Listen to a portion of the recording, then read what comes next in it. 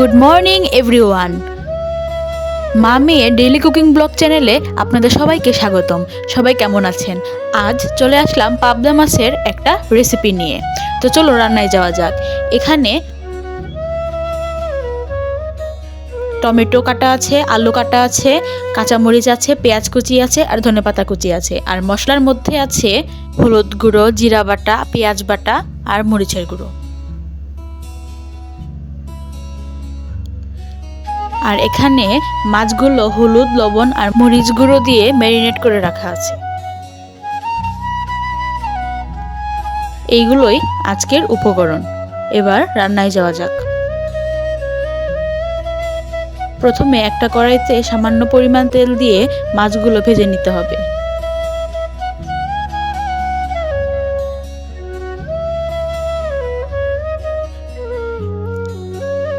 এই তো একে একে মাছগুলো দিয়ে দেওয়া হলো। চলে আসবো ভাজার পর। মাছগুলো ভাজা হয়ে গেছে। এখন একটা কড়াইতে পরিমাণ মতো তেল দিয়ে তেলটা গরম করে নিতে হবে। এরপর এর মধ্যে টুকরো করে রাখা আলুগুলো দিয়ে দিতে হবে। সামান্য পরিমাণ লবণও দিতে হবে। আলুগুলো হালকা করে ভেজে নিতে হবে। যখন আলুগুলো এরকম ভাজা হয়ে যাবে তখন এর মধ্যে কুচি করে রাখা পেঁয়াজগুলো দিয়ে দিতে হবে। এবার একটু নেড়ে চেড়ে নিতে হবে। পেঁয়াজগুলো হালকা ভেজে নেওয়ার পর এর মধ্যে দিয়ে দিতে হবে টমেটোগুলো। এখন এর মধ্যে হালকা লবণও দিয়ে দিতে হবে।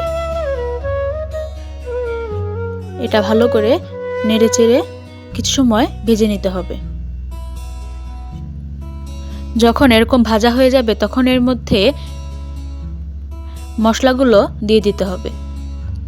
সামান্য পরিমাণ জলও দিতে হবে। এবার এটা ভালো করে নেড়ে চেড়ে নিতে হবে। মশলাটাকে ভাজা ভাজা করে নিতে হবে।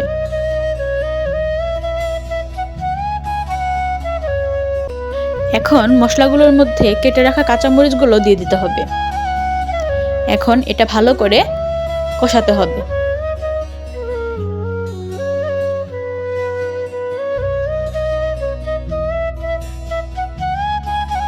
মশলাটা যখন এ পর্যায়ে ভাজা হয়ে যাবে তখন এর মধ্যে জল দিয়ে দিতে হবে।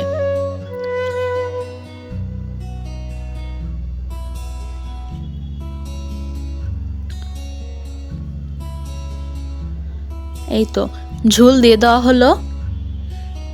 এবার গ্যাসটা একটু বাড়িয়ে দিতে হবে। এই তো ঝোলটা ফুটছে। এবার এটা ভালো করে নেড়েচেড়ে দিতে হবে। এখন এর মধ্যে ভেজে রাখা মাছগুলো দিয়ে দিতে হবে।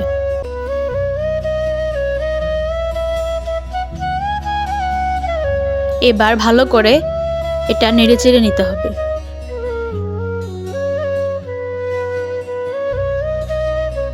এখন এর মধ্যে কুচি করে রাখা ধনেপাতাগুলো দিয়ে দেওয়া হলো। আমাদের পাবদা মাছের তরকারি প্রায় রেডি হয়ে গেছে। তো আমাদের আজকের পাবদা মাছের তরকারি সবার কেমন লাগলো অবশ্যই কমেন্ট করে জানাবেন আর আমাদের চ্যানেলটা সাবস্ক্রাইব করে দিবেন।